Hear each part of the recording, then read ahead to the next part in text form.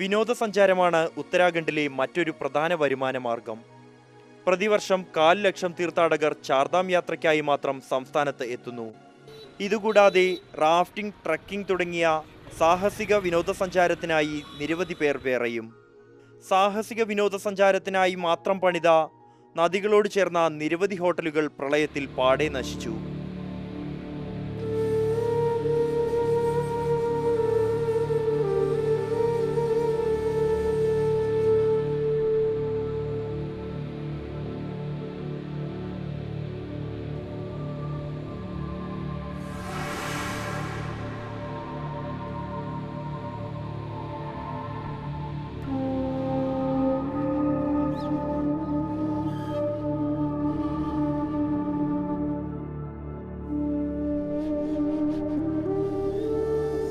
ഇവിടെയുണ്ടായിരുന്ന BNA resort എന്ന ഹോട്ടലിലെ തൊഴിലാളിയായിരുന്ന മദൻ റയാൽ.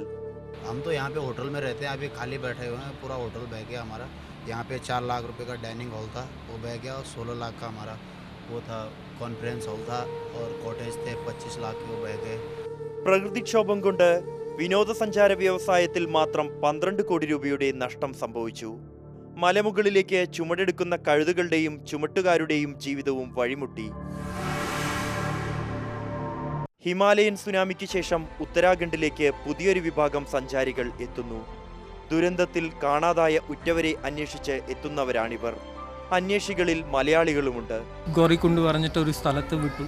അതാണ് ലാസ്റ്റ് ലൊക്കേഷൻ. മാക്സിമം ടാക്സി പോകുന്നത് അതുവരെ വിട്ടു. അത് കഴിഞ്ഞിട്ട് അവർ 16-ാം തീയതി കേദാർനാഥ് പോയിട്ട് 16-ാം തീയതി തിരിച്ചു വരാനുള്ളതായിരുന്നു. ഇതുവരെ വന്നിട്ടില്ല. അച്ഛനെയും അമ്മയെയും അന്വേഷിച്ചിറങ്ങിയ സുജിത്തിനെയും ശ്രീജിത്തിനെയും പോലെ നിരവധി പേർ രാജ്യത്തിന്റെ പല ഭാഗങ്ങളിൽ നിന്നായി ഉത്തരാഖണ്ഡിലെത്തുന്നുണ്ട്. സംസ്ഥാനത്തെ ഓരോ അഭയകേന്ദ്രങ്ങളിലുമായി ഇവർ അലഞ്ഞുതിരിയുന്നു. ഓരോ രക്ഷാവാഹനങ്ങൾ എത്തുമ്പോഴും അന്വേഷിക്കുന്നു. ഭയവും ആശങ്കയും നിരാശയും കലർന്ന മുഖഭാവങ്ങളാണ് അഭയകേന്ദ്രങ്ങളിലെത്തുന്ന ഓരോരുത്തർക്കും കാണുക.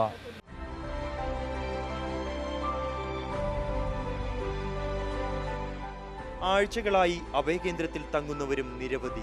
पूरी बस थी, बस में आई थी, पूरी बस भरी हुई. सारी बस का पता लग रहा है कि सब बाढ़ में बह गई सबको. രാംപാടയിൽ വെച്ച് കാണാതായ അമ്മയെയും ഒപ്പമുണ്ടായിരുന്ന 120ഓളം പേരെയും അന്വേഷിച്ചെത്തിയ ലക്ഷ്മി 10 ദിവസത്തോളം ക്യാമ്പുകളിൽ അലഞ്ഞുതിരിഞ്ഞു. രാംജിത്തിനാകട്ടെ സ്വന്തം കുടുംബാംഗങ്ങളെ മുഴുവനായും നഷ്ടപ്പെട്ടു. ദുരന്തബാധിത പ്രദേശങ്ങളിൽ നിന്നും രക്ഷപ്പെട്ടെത്തിയ ഓരോരുത്തരോടും ഫോട്ടോകൾ കാണിച്ച് സ്വന്തക്കാരെ കണ്ടോ എന്ന് അന്വേഷിക്കുന്ന നിരവധി പേരെ കാണാം. മഹാദുരന്തത്തിനു ശേഷം ഉത്തരാഖണ്ഡിലെ പൊതുസ്ഥലങ്ങളുടെ ചുവരുകളെല്ലാം കാണാതായവരുടെ ഫോട്ടോകൾ കൊണ്ട് നിറഞ്ഞിരിക്കുന്നു.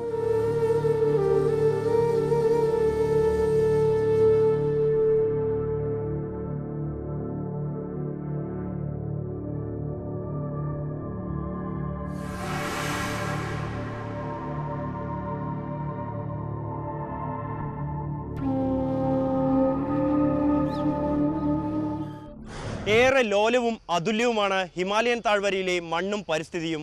പരിസ്ഥിതിക്കെതിരെ നടന്ന ചൂഷണം തന്നെയാണ് ഈ ദുരന്തത്തിൻ്റെ ഒരു പ്രധാന കാരണമായി പറയപ്പെടുന്നത്.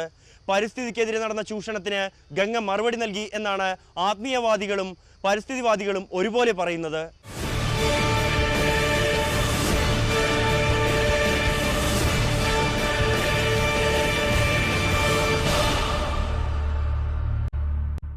സ്വാഭാവിക പ്രകൃതിയെ കീറിമുറിച്ച് ചെങ്കുത്തായ മലനിരകൾ ചെത്തിമാറ്റി നിർമ്മിച്ച റോഡുകൾ, നദികളിലേക്ക് ഇറങ്ങി നിൽക്കുന്ന ബഹുനില കെട്ടിടങ്ങൾ, നദികളുടെ സ്വാഭാവിക ഒഴുക്കിനെതിരെ നിർമ്മിച്ച നിരവധി അണക്കെട്ടുകൾ. പ്രകൃതി കോപിക്കാനുണ്ടായ കാരണമന്വേഷിക്കുന്നവർക്ക് ഇതൊന്നും കണ്ടില്ലെന്ന് നടിക്കാനാകില്ല. മനുഷ്യനിർമ്മിതമായ ദുരന്തം എന്നുതന്നെയാണ് ഹിമാലയൻ സുനാമിയുടെ ഏറ്റവും അനുയോജ്യമായ വിശേഷണമെന്ന് വലിയൊരു വിഭാഗം പ്രകൃതി സ്നേഹികളും പറയുന്നു. ഗംഗയുടെ തീരത്ത് എല്ലായിടത്തും അനധികൃതമായിട്ട് 100 കണക്കിന് കെട്ടിടങ്ങളുണ്ട്. ഇവയൊന്നും തന്നെ യാതൊരുവിധ മാസ്റ്റർ പ്ലാനിലോ അല്ലെ ഇതിലൊന്നുള്ളതല്ല.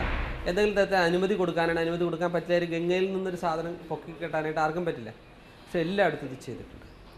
അതേസമയം ചാർധാം തീർത്ഥാടകരുടെ രക്ഷകയായി അറിയപ്പെടുന്ന ശ്രീനഗറിലെ ധാരാദേവിയുടെ വിഗ്രഹം അണക്കെട്ട് നിർമ്മിക്കുന്നതിനായി ഇളക്കി മാറ്റിയതിലുണ്ടായ ദൈവകോപമാണ് ദുരന്തത്തിന് കാരണമെന്ന വിശ്വാസങ്ങളും പ്രചരിക്കുന്നു.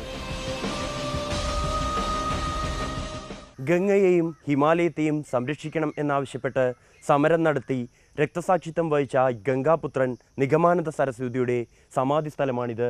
ഗംഗ സംഹാരതാണ്ഡവമാടിയ ഈ അവസരത്തിൽ അദ്ദേഹത്തെയും അദ്ദേഹത്തിൻ്റെ സമരങ്ങളെയും കുറിച്ച് ഒരിക്കൽ കൂടി ഓർക്കുന്നത് നന്നായിരിക്കും. ഗംഗാപുത്രൻ രക്തസാക്ഷിത്വം വഹിച്ചതിൻ്റെ 2ാം വാർഷികത്തിലാണ് ഗംഗ നാശം വിതച്ചതെന്നത് യാദൃച്ഛികം മാത്രമായിരിക്കാം. ഈ ദുരന്തത്തിൽ ജീവൻ നഷ്ടപ്പെട്ടവരോടും അവരുടെ ബന്ധുക്കളോടുമുള്ള ദുഃഖവും സഹതാപവും പ്രകടിപ്പിക്കുന്നതിനോടൊപ്പം ഇനിയും ഉണ്ടാകാനിടയുള്ള ദുരന്തത്തെ എങ്ങനെ ചെറുക്കാം എന്നതിനെക്കുറിച്ചും ആലോചിക്കേണ്ട സമയം അതിക്രമിച്ചിരിക്കുന്നു. ദുരന്തത്തിൻ്റെ പശ്ചാത്തലത്തിൽ ഈ മേഖല പരിസ്ഥിതി ലോല പ്രദേശമായി പ്രഖ്യാപിക്കുന്നതിനെക്കുറിച്ചുള്ള ആലോചനകൾ വീണ്ടും സജീവമായിരിക്കുന്നു എന്നതിൽ ആശ്വസിക്കാം. രാജ്യം കണ്ട മഹാദുരന്തങ്ങളുടെ പട്ടികയിൽ ഒരു ദുരന്തം കൂടി ഇടം പിടിച്ചിരിക്കുന്നു. ഈ ദുരന്തത്തിലും ഒരുപാട് പേരുടെ ജീവൻ പൊലിഞ്ഞു. ഹിമാലയൻ സുനാമിയെ വെറും ഒരു പ്രകൃതി ദുരന്തമായി മാത്രം കാണാനാകില്ല, മറിച്ച് പ്രകൃതിയെ കാർന്നു തിന്നാനുള്ള മനുഷ്യൻ്റെ ദുരാഗ്രഹത്തിൻ്റെ ഫലം കൂടിയാണ് ഈ ദുരന്തം. ഇത്തരം ദുരന്തങ്ങൾ ആവർത്തിക്കാതിരിക്കണമെങ്കിൽ പ്രകൃതിയോട് ഇണങ്ങി ജീവിക്കാൻ മനുഷ്യൻ ശീലിച്ചേ മതിയാകൂ.